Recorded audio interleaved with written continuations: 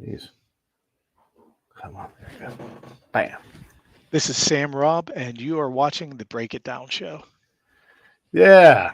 Sam's first time on the show with me. I appreciate you coming on the show, Sam. We were talking off mic, and one of the rules I have for myself when I'm booking people is if I hear about the topic and it scares the bejesus out of me, I think, well, that's what I have to do, whether I want to do it or not. And when you talked in this group that we're in about how you had published a Jethro Tull-inspired collection of space science fiction stories with a playlist accompanying it, I thought, well, that scares the shit out of me. So let's have this conversation live on my show because that's as uncomfortable as it gets. But it's just crazy. So let's have this crazy talk, man. Thank you for coming on the show. I appreciate it. By the way, if you guys are interested in the book, there it is right there. Jethro Tull-inspired science fiction with the playlist, which is also right here too. Why the hell did you do this, man? Oh, did you get there? A lot of reasons. One, obviously, I am a big Jethro Tull fan. The band's been around for more than 50 years, longer than I've been alive, and I found them when I was a teenager and fell in love with them, and have been listening to them over the course of the years, over the course of many decades, and then recently got into writing. My wife has always told me you're a storyteller. You need to get out there. You need to write down some of these things. So I'm primarily a science fiction and fantasy writer. And what happened? And I'm going to blame this all on a fellow by the name of Ian McMurtry. Ian goes by Law Dog, and he and a bunch of other people down in Texas started a small press called Raconteur. And working with them, I found out how they put together their anthologies, and I said, you know what? This isn't really all that technically complex. It's asking people for stories and then going through them and putting them together. And how hard can that be? And it is. It was a lot harder than I thought it would be, but it was also a lot more fun than I imagined it could be. So my wife and I worked together and pulled together these stories, edited them, and put out what I think is actually a really good book. Now, do the stories have any kind of continuity between them at all? These individual? Is there an overall attempt at a storyline? Yes and no. There's when you pull together an anthology, one of the things I found out real quick was that ordering matters. So you want to put a very strong story in the beginning, a nice solid story in the middle, and then figure out how you want to end it. It's kind of like putting together, ironically enough, a playlist for a band, right? Mm-hmm. How do you want to start the evening? You want to get people jazzed up. You want to have some ebbs and flows, and then how do you want to end the evening? So when we winnowed down our stories to the dozen or so that we wanted, the next question was how were we going to put them together?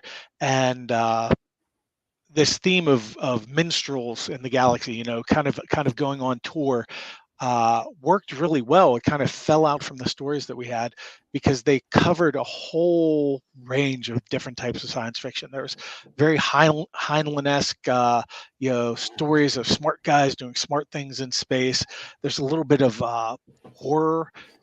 There's some other stuff that gets more into like the 1970s sort of really spec fic. Is this science fiction or is this fantasy sort of things?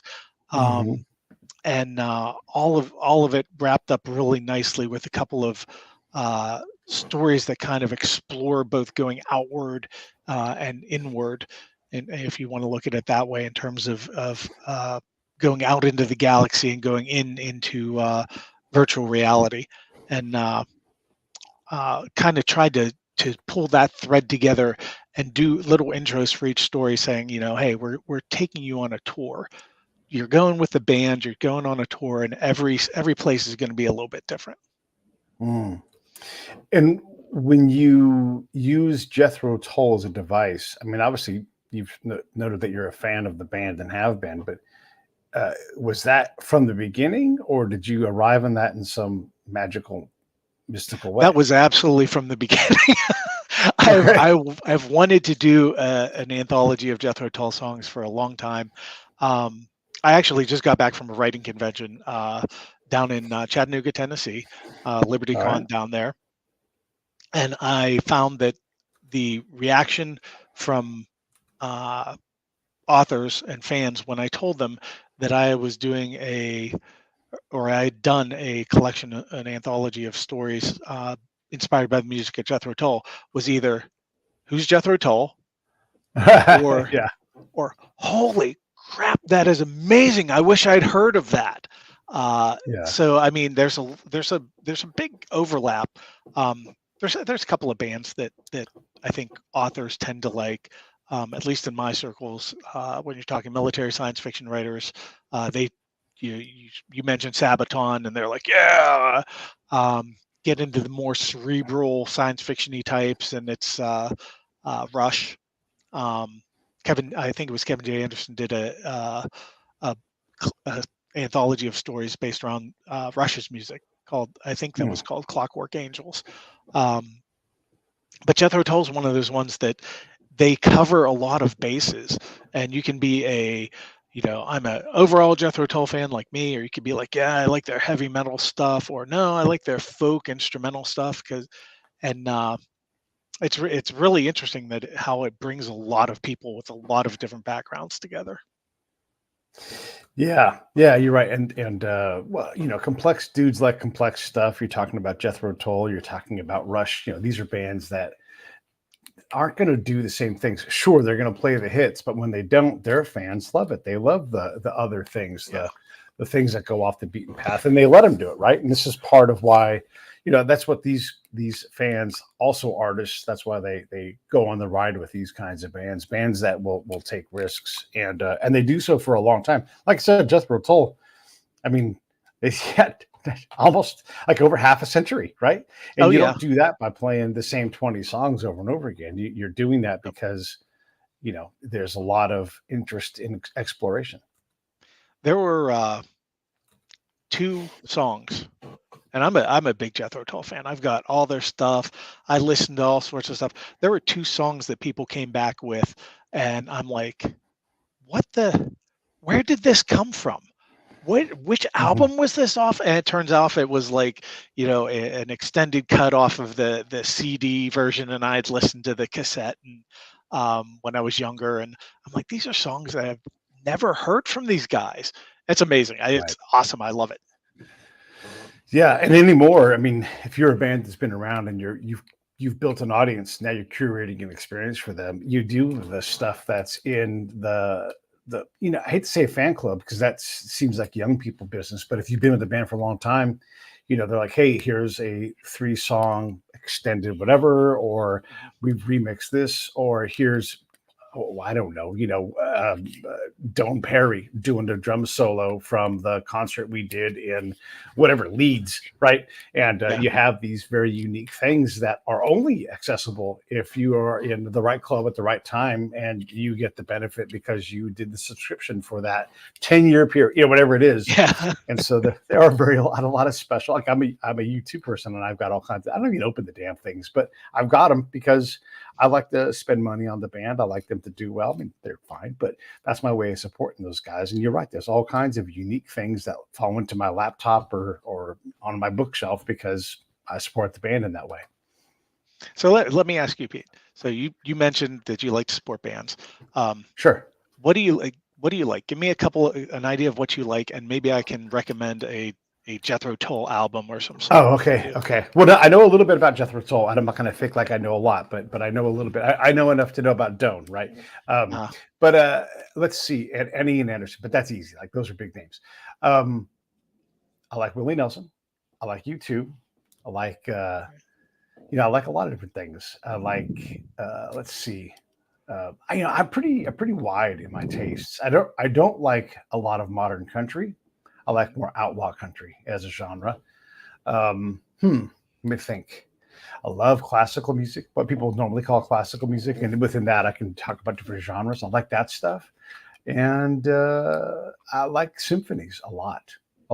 So I would say that there's a good taste of what I like. It's pretty rangy, right? We used to do Yeah. these things called album fights, where we take albums and we smash them together, and like track one versus track one, and you smash them, and you see which song was better for whatever reason, right? I like stuff like that when you compare and contrast in a healthy way, not like this one's better and that one sucks, but like, oh, this was interesting. I'd never realized about this song, and I think that it just had more to offer than this one did, right? And so we would go through, and you're amazed at how albums are structured in a given time, the technology and what matters, the choices that are available, the choices that are made. And when you break down the Queen album, you realize how much garbaggio is on that album. You're like, wow, you guys took some risks and didn't care what happened, and that stuff stinks. This is a monster. These 8 other choices, all bad, right? Yeah. And so I get a little get a little critical, frankly. If I hear something, I'm like, man, see, because I've learned how to hear as a producer, and so I have a pretty critical sense of a lot of music. Not to judge art, but I know what quality production sounds like as a layperson. Okay. Listening to all that, I'd say one of my favorite albums. Recommend one of my all-time favorite albums from Jethro Tull. Yeah. Crest of a Knave. Okay. It's got a little bit of that outlaw feel to it in some of the tracks. Right. The songs range from talking about playing a gig in Africa to one of my all-time favorite songs from Jethro Tull, Mountain Men, which is about World War II in Africa. But it's got a very haunting sort of Highlands feel to it. Right. At least for me, I'm from Pittsburgh, Northern Appalachia, kind of syncs with me there. For the more, you might also appreciate some of their earlier stuff that's more folk based. And I'm thinking here specifically stuff like Heavy Horses, maybe even Minstrel in the Gallery. And more that's kind of symphonic. You get the feeling like they're playing in a huge hall, and also has another one of my favorites, Cold Wind to Valhalla, which is just a really weird sort of song, but also very, very cool. This will sound like I know a lot more about Jethro Tull than I actually do. But I actually know the title Crest of a Knave because I graduated in 1987, and there was a guy named Ed, and he was really into King Crimson. And in my head, these things go together. Also, I used to work at Tower. And when you work at Tower, you know a lot about a lot of things. Yeah. And so I'm aware of the island or the album Rock Island. And so I know, but that is the limit of like what I know about Rock Island, right? That is the limit of what I know about Crest of the Knave. And so maybe if I heard something, because the thing is like your friend Chris will be like, oh, my turn to play something. I'm going to play Crest of, and you don't even know that you're hearing it. And all of a sudden you're like, oh, I know this whole album. Matter of fact, and I have the kind of memory, like once you add the context disc into my head, into my memory, it's like, oh yeah, that's right. Me and that guy, whoever had a whole conversation, and he taught me all about this. Or, oh, that's right, we used to watch the video from the concert. And then it's all because when you're in Tower, you're just immersed into all of these conversations or all of these videos. And so it's amazing sometimes someone will unlock some part of my memory and I'm like, oh, I already knew this. How did I know this? And then I realized it was something at Tower, because you spent out. Not only did you work at Tower and talk about and have to know about, but also you encountered professionals, who are like, or like Tony the Tiger Lopez. He was a professional world championship fighter, won the Fight of the Year twice. So he'd go fight. He'd come in and he'd buy like a stack of CDs back when that was like a major deal to buy like 20 CDs, right? And he would talk to us forever about all the movies he was going to watch and all because he would just go crazy. And so you'd have all these amazing conversations, and when you weren't working, guess what? You hung out at this cool place called Tower because it was like the coolest place to be. So a lot of my knowledge about Jethro Tull comes from that and being in and around that environment. It really was like a college degree that you didn't know you were getting. There's you're taking me back to my college days, my high school days, and I mean, I know with the internet now, when I was putting this book together, I went out and I listened to so much Jethro Tull. Like, oh, this is a song I've never heard. Where did you come up with this? I would go buy the album, right, and listen to it, or Yeah. go online and find a video of it, or the band performing it from 30 years ago, and somebody put it up. So in one way, it's richer to be able to, you can go out and find all that stuff. My daughter mentioned Greta Van Fleet to us Yeah. at one point, and I'm like, oh, that was an interesting song you played. And I went and listened to some of their stuff, and I'm like, holy cow, this is like the love child of Rush and Led Zeppelin got together. And, so I'm like, okay, yeah, binge. So you can do that now when you couldn't do that Right. even 20 years ago, but you've lost some of that kind of spontaneity, some of that serendipity, where you're hanging out in the record store and something's on and you're like, wow, what's this? And, oh, that's Frank's, one of his favorite bands. Go talk to him about it. And then you get an earful and you get turned on to a bunch of different stuff. You I kind of feel like we've lost that a little bit. It'd be nice to get that back. Yeah. It is a thing, and part of that thing, when you meet Frank and he's like, oh, I'm going to tell you about Jethro Tull, he's like the curator of that experience, and so he's 7 albums ahead of you, and he might have knowledge of 15 albums, and you're like, wow, you really know a lot about this. And he's like, it's okay, I'm going to guide you on this thing. And so it's not a song, right? Like, this is the thing the current generation, the generation before that, has missed out on, is you sit in that beanbag chair or wherever it is, and then you go on this full journey, like your book, and you decide how this whole thing happens, and there's tension created positively, negatively.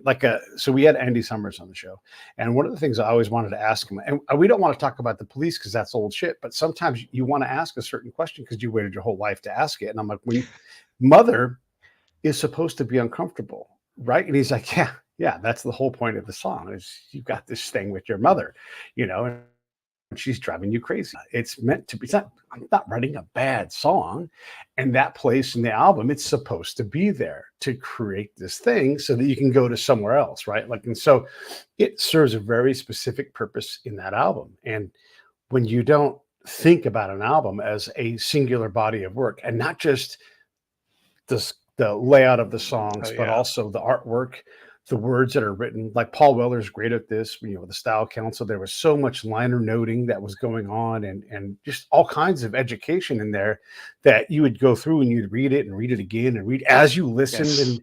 And there's all of that. We don't consume it like that anymore. We skip. It's like, I only want these 8 seconds of the song. And there's so much more to that art than that. There really is. Oh man, I remember as a kid, one of the I comment in the introduction that my first Jethro Tull album was Under Wraps, which was a great album, but it was kind of their techno pop phase. But what really drew me in was there was an acoustic version of one of their songs, and Under Wraps #2, and just blew me away. And I'm like, okay, as a kid who grew up listening to country music and old 50s and 60s music with my dad, I'm like, this is cool. I want to hear more of this. And my next album from them was Broadsword and the Beast, and it was exactly that experience, right? Got the album, you pull it out, there's the whole magazine inside. Right. It's written, and there's very, very 70s Tolkien-esque feel to it, with runes written around the edge of the album cover, and all the lyrics on the inside, and illustrations, and you sit there and you read through that before you even put the album on, right? And then after you're done with the album, you go back and you read through it again. You're like, oh, now I see how this works, how that worked, how this went. Even so far as like the actual, you start on one side and then you flip the album, right? That mechanical, changing of the sides was really part of the experience. It's it's hitting skip on a CD player just isn't quite, or even on your computer, just isn't quite the same. And I want to get back to the book here in a second, but I think we're establishing, what this experience is and why Jethro Tull has such an impact on someone who's creative, because there is so much creativity. You're not reading or listening to or experiencing something for 35 to 45 minutes, whatever the limit of that vinyl disc. You're experiencing something for hours and hours and hours, and it's with you and it's burned into your head, and these things. And I don't know about you, but like I've always got like a little musical track in my head all the time. And so there's jingles in there's all kinds of stuff, and so there will be little samples of things that come out of my mouth when I'm doing things, and I'm like, oh my god, that's whatever, pick a song, whatever it is in that moment. And so that's just hardwired into my day-to-day like Pete pod. And it's like, oh, when I do dishes, I'm always humming this song or whatever it is. And so all of this stuff is, I think, if you grew up in that era, is from when you sit down and you have that thing open and you're reading along, and it's just you're immersed. It's an amazing experience to grow up with that and slowing down and having nothing going on except for that thing. And then if you're the kind of kid that does this, you also add in the chemicals into the mix. And that wasn't my thing, but my friends are like, no, you have to do Pink Floyd like this. And I'm like, I like Pink Floyd like it is. And they're like, it's so much better when you add a new reality. And I'm like, I believe you, And so all of this, it's all a different thing when you get there. Absolutely. And so when you bring the book in, how deep are you thinking about this? I mean, runes and all these other parts and the words, and then how do you pick which of your friends and who you want to be your friends that are going to be in this thing? That's a good question. I mean, I tried to pick the stories. Obviously, I picked the stories, for the book that I liked, the ones that impacted me, and not just the ones that were well written, because we had some. You always have problems when you're putting together an anthology of any sort. I found this out very quickly. You're like, man, this is a fantastic story about some guy in the asteroid belt, and he's mining ice, and he's got to make some hard choices. And then you get, always happens, 3 days later, another story. It's a great story about a guy in the asteroid belt, and he's mining rocks, and he's got to make and you're like, oh man, I can't put both of these in. So you've got to make some choices. Right off the bat, what's going to go in, what's even the stuff that you like sometimes can't go in. You've got to think about how you're going to put it all together, just like you're assembling an album or assembling a playlist. And then you want to hit those highs and lows.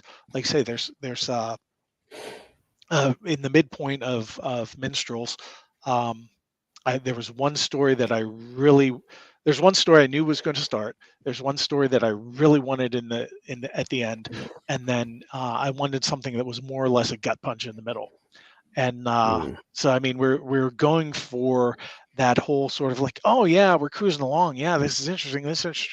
This is this kind of fun little trip, and then a reminder that when you're out in the galaxy, it's not all ET, right? It's not all Star Trek. That there's some aliens as part of that genre as well. So not quite that, but a little bit of, hey, here, just to remind you, just to reset that there's some danger out there as well. Overall, though, the putting the stories together, thinking about that experience, I thought a lot about how are these going to be put together? How are they going to be read? You get some people who are like, oh yeah, Jashonik, he's my favorite author. I'm just going to skip to his story and read it. Okay, that's going to happen. You've got other people that are going to sit down and they're going to read it cover to cover. And I wanted to have kind of the idea of like, these are all different. If you think of it like kind of like Monsters of Rock sort of thing, here's a bunch of different bands. Someone's going to come out and introduce you to them. And some you've heard of before, and some you're not quite sure about, and others you might think, yeah, this is when I'm going to go get a go get a drink or take a bathroom break. But overall, I wanted to have that experience, that kind of experience of like, here's a bunch of different flavors, and we're going to let you try each one. Yeah. Yeah. When you do make these choices, you're also making choices on authors you're going to approach, because nobody knows you're making this until you let them know. So, do you already have a roster in mind when you start, or do you do an open call? How did that go?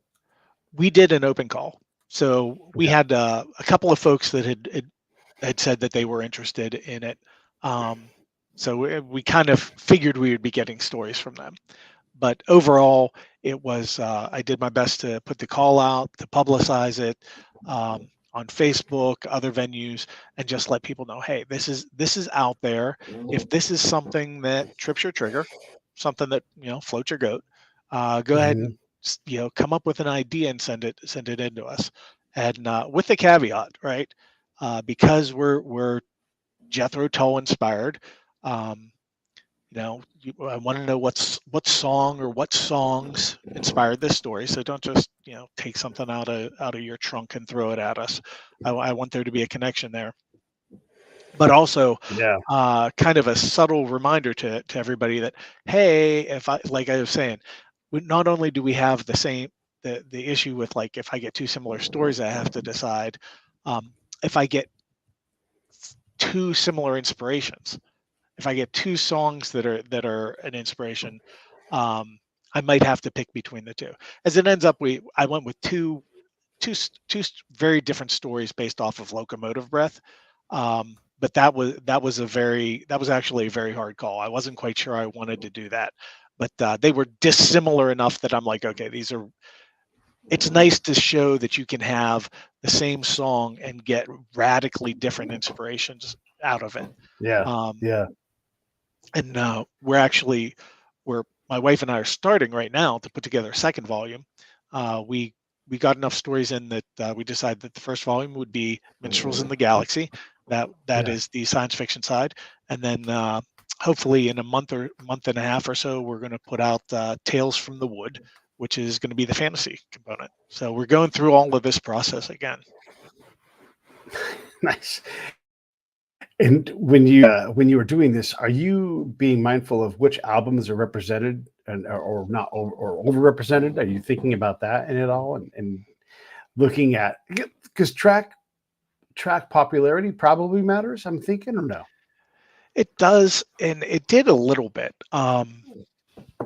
Like I said, with Locomotive Breath, I I knew I was going to get a story for Locomotive Breath.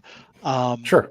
but the what you mentioned earlier on about the band playing, when they get up and they'll, when they've got a 50-year history like Jethro Tull does, and they'll play and they'll do a couple of deep dives for the real fans in the Hmm. audience, right? Because somebody's there to listen to, they want to hear Locomotive Breath, they want to hear, uh, maybe Aqualung or something Sure. else that they're familiar with. Um, but then the band's gonna pull out some of the older stuff that's still classic, that everybody's like, oh yeah, this is cool. But then they're going to hit some of those deep cuts, right? That Yeah. they've only played this twice before in 50 years, and now you're getting to hear it on stage. Uh, we hit a couple of those.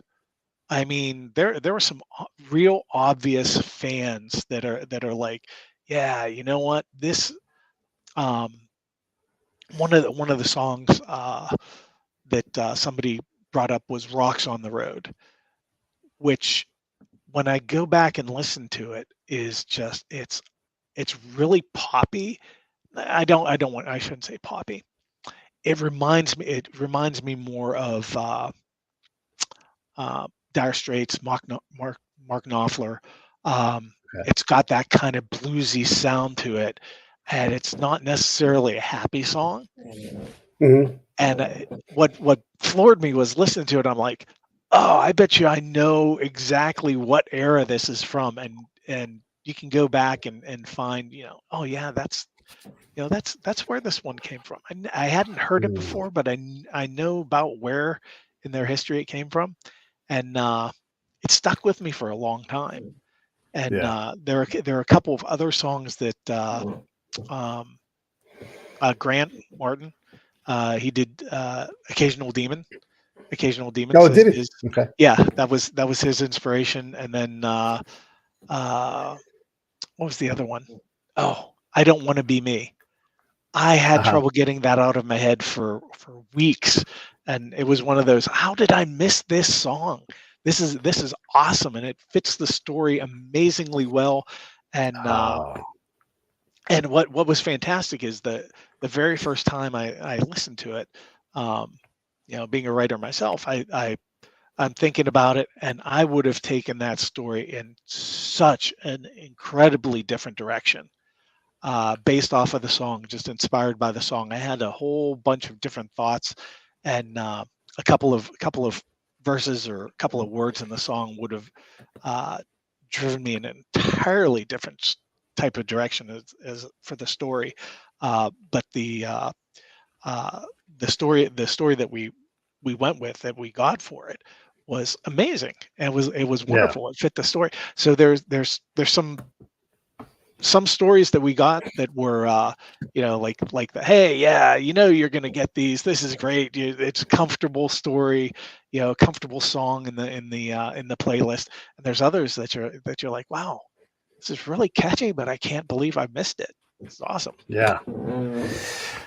Yeah, that's a fun thing, right? When you can, and that's one of the points of doing all this stuff is to introduce fellow fans to this thing, and also potential new fans to a whole new part of the catalog. Maybe some people are like, the 3 album rule, and I'm down, I'm out, and then they leave the band behind for some dumb reason, right? Because there's that belief that you get worse at writing songs as you get older. I don't know, who knows, right? But yeah, that's an interesting thing. And have you reached out to anyone? There's a lot of folks from this band. Have you reached out to anyone from the band to say, "Hey, I made this ridiculous book about people in space and mining spice and asteroid belts.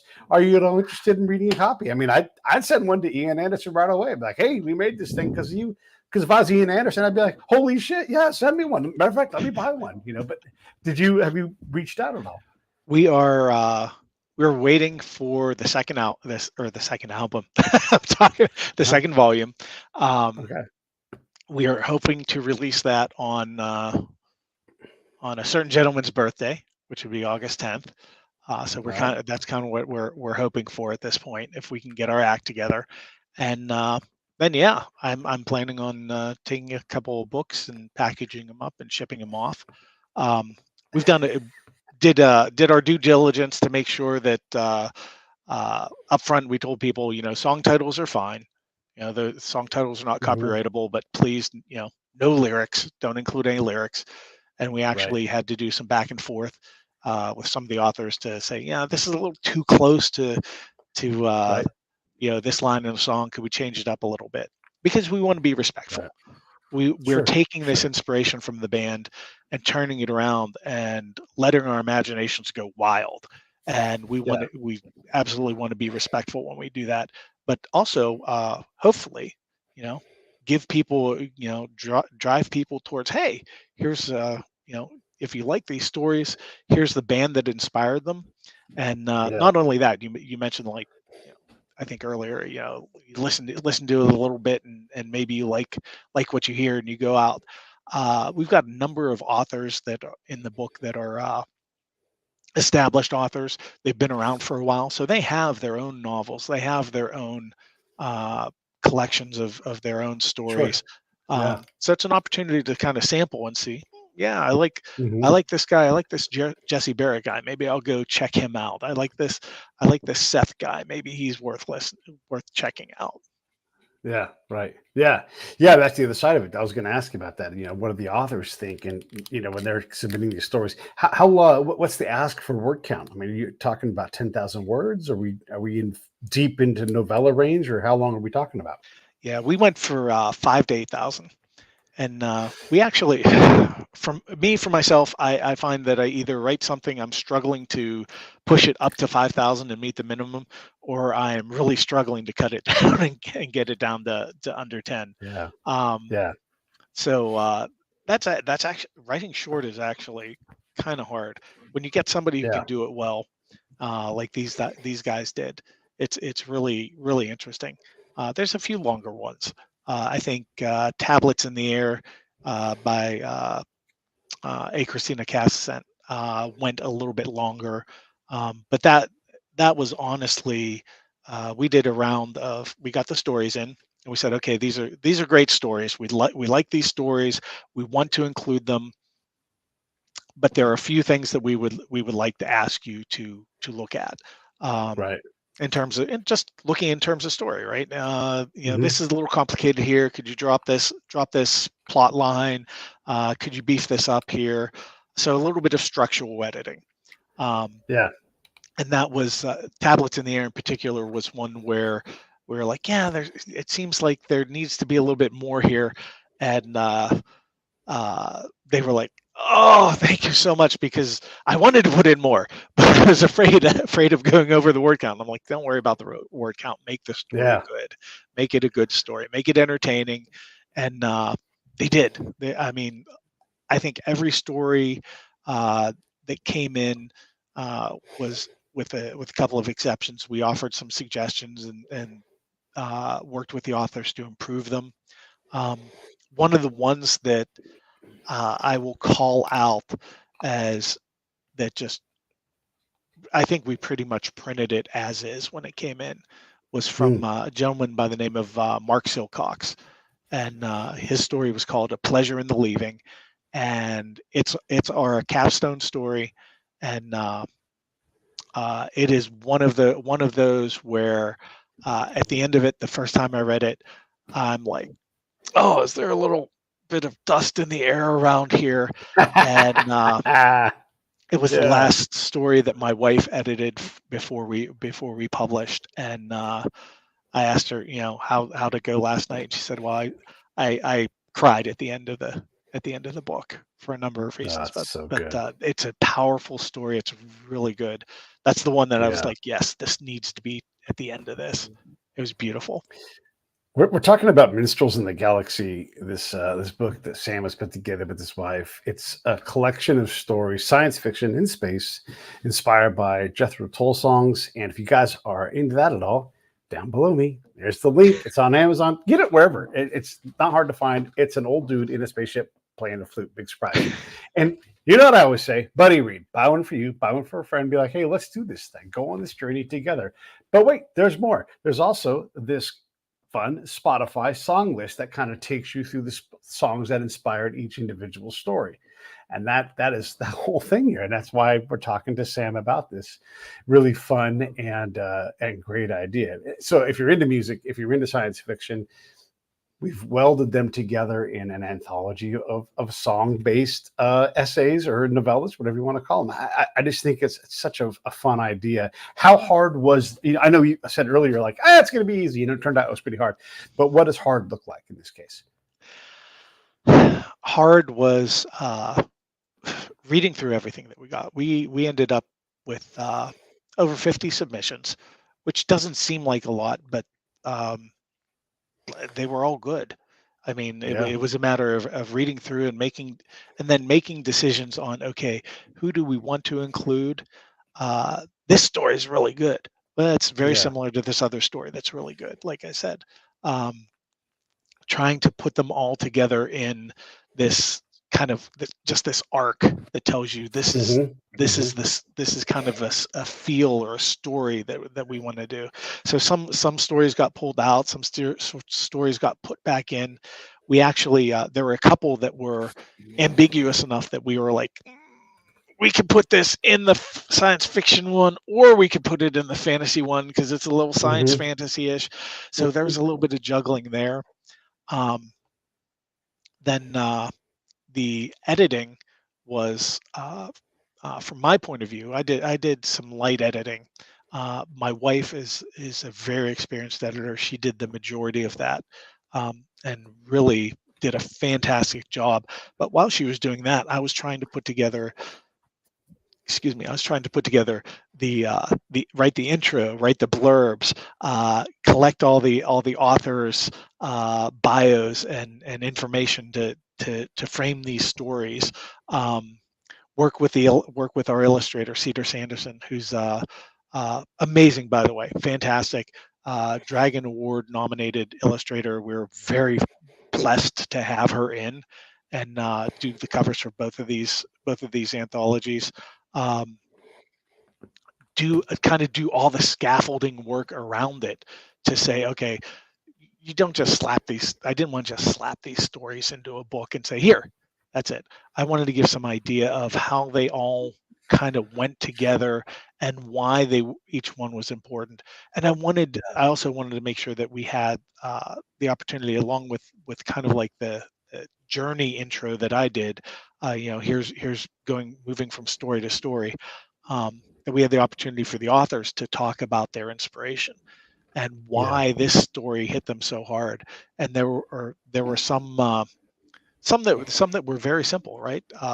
Hey, I listened to this for Journeyman by a gentleman who writes under the pen name Lord Shinzo. It's a gamelit story, so it's a more modern kind of it's a game, a guy inhabiting a virtual game universe partially, right, in a science fiction setting. And but that was, hey, I listened to this story, or I listened to this song years ago, heard it, and it stuck with me. Then there's other people who are like, man, I'll tell you, these two albums just hit me like a ton of bricks when I was a teenager, and I've never forgotten them. They've always been one of my favorites.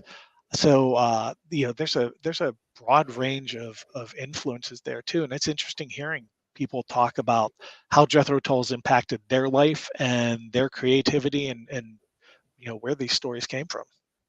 Hmm. When you get 50 submissions, that's 3 novels, really. So Yeah. when you are trying to tell a lot of authors who poured their heart and soul, they're really hopeful to be in this thing, and they've got great stories that just not a thing wrong with them. The data just don't fit into your novel's arc for whatever kooky process you use, But what is that phone call? What is that email? What does that sound like? So love, for you, Pete, right? Love your story. We want to Yeah. include it.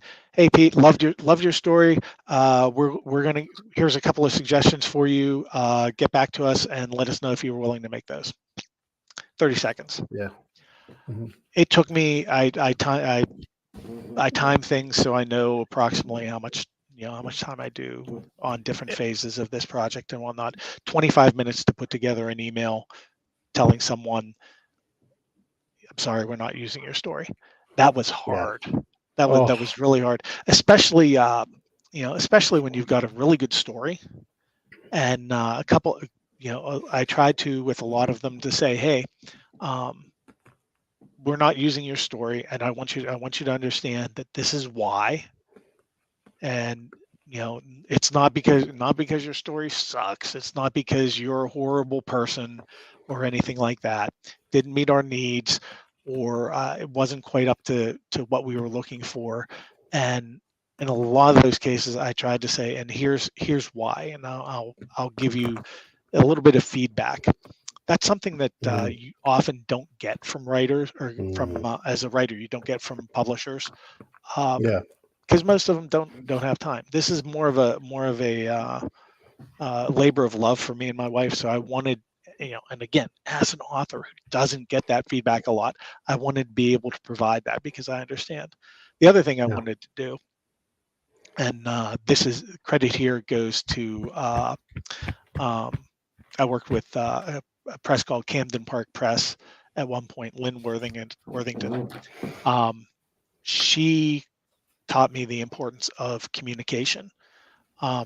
So I have for both of the books, had a Google Docs or Google Sheets spreadsheet with all the phases of everything going through, check boxes, and I shared it with all the authors so that they can see, okay, where are we in this process? What's being done? How close are we? We're making progress, and then frequent emails. And heard back from a lot of the writers that were part of the project that, hey, this is fantastic. And like I said, you don't get that kind of feedback normally as an author, but this Right. was a little more personal, a little more intimate project. So I wanted to make sure we did it that way. Yeah. Yeah. Yeah. Well, it's interesting. And is there a book? I mean, you said some of these stories cross over, but is there another book like Chronicles 1.5, or like these are some of the ones that got away, and you do a shorter one or something? For you can do that as a publisher. I didn't want to do that because one of the worst things as a writer is to throw a story out there and to just Mhm. have it kind of hanging in limbo. I've Yeah. got one story that's been with a publisher for almost 2 years now, and Hang on, though. We'll get back to you. That's all right. yes, yep. Well, yeah, it's good. It's good. We're going to use it. We're going to use it at some Yeah. point, Just and hang in there. I'm happy with that, right? But I Sure. didn't want to do that to anybody. And Yeah. specifically, right, if you give me a great story and I can't use it because I've got a similar story, or because we decided, we're only going to have one, space battle story or whatever, and we've already got another one. Um, I, some of the recommendations I gave to people were like, this is a fantastic story. We can't use it, but here's where you should go, and you should go to this other place, and maybe try this third Right. place. Right? Get Yeah. it out there because I want to read it someplace. Yeah. Yeah. Yeah. Yeah. Yeah. That's fun. What's something you learned that you didn't know before you started this whole thing? I thought that the formatting of everything was going to be really hard. Turns out that was actually one of the easiest things to do. Probably the hardest thing overall that I thought was going to be easy was the editing. I thought, oh, you Mm. get these stories in, right? You just go through and you make sure that the grammar's right, and then you publish. And I look at my stuff, right, and I know that I'm a complete knucklehead when I write. I know that Right. I'm going to write something, and it's going to be rough, and it's going to be harsh, and I have to do a lot of work to clean it up. But I'm a Yeah. moron, right? Yeah. Everybody else out there, they're geniuses compared to me. Yeah. Right. It turns out we're all a bunch of knuckleheads, and everybody makes mistakes. And Yeah. going through Uh, and figuring out what we had to figure out whether we were going to use British spellings or American spellings, yeah. because we're like, oh, I do kind of tend towards the British spellings because I grew up reading a lot of British authors, and apparently a Right. lot of other authors do too. And then so we had to go through and make sure that all the grays were gray and all the toward were towards, or we couldn't Yeah. remember some days which one we were using. Right. So the editing was actually fairly intense, And then fairly where does the heavy. British thing stop? Right. Like, oh, but we're going to say the word trash instead of rubbish. So we're just like, Yeah, it it's was like, really so. We and my wife and I actually sat down. We talked for like an hour or so over the course of a day or two, total. Just like, how do we want to do this? yeah. Because Jethro Tull's a British band, and we kind of Yeah. want to give the book that flavor, but we don't want to overwhelm people with it. Um, so it's kind of a mix. And if you think of it as like, you know the love letter from, an American listener who grew up watching some Doctor Who and some British BBC shows, Yeah. Sure. reading some Terry Pratchett, and uh, some other British authors, and hey, yeah, this is kind of, we like you. Here we go. We're gonna try Yeah. and sound like you a little bit, but the accent's gonna be off. Yes. Yeah. Yeah. Well, it's a neat thing, a neat idea, and I'm so glad you did it, and I really appreciate you coming on. What else? What else do you want to chat about? Like, what else is there to know? I mean, other than people going to the link, let's put the link up here one more time. Right there, Minstrels of the Galaxy. But what else is there to cover? We almost an hour here. What else is there? Oh, let's see. Oh yeah. Um, I'm gonna if you're giving me free reign, I'm gonna go off and I'm going to mention a There you few go. other writerly related things. And Let's do it. sprinkled some through in here. Couple of presses that I work with most. I mentioned Raconteur Press earlier. They are a fantastic. I just saw. Have you read the Galaxy's Edge series by Nick Cole? No, I have not, but I love some of the stuff I've seen from Cole, and I'm friends with him on Facebook, and watching that series grow has been amazing. I wish I could write that well. But I write do a lot of short stories for Raconteur Press. They are primarily a short story anthology house at this point. I've written a little bit for Canon Publishing, which does a lot of military science fiction and is looking to branch out. And there's one of the things that I'm finding as I started getting into my writing journey. One of the things I found out is that it can be hard to figure out what's going on out there. So I actually put together a website called Team and More. That's just teamandmore.org. And if you've ever read, you can actually see it on the cover of Minstrels in the Galaxy. It's stories by big name author, smaller name author, yet another author, and more. Team and More is the opening act, right, for a band. They're the guys that get second billing, or maybe even just and others. So being a member of Team and More basically is saying, hey, yeah, I am a published author, but I haven't quite gotten there yet. I'm in an anthology. So I put that together because I started looking for open call anthologies as a new writer, and found there's tons of them out there, but they're hard to find. So on Team and More, I basically take a bunch of those, maybe once or twice a month. I'll go through and expand the list and say, hey, here's the new stuff that's out there.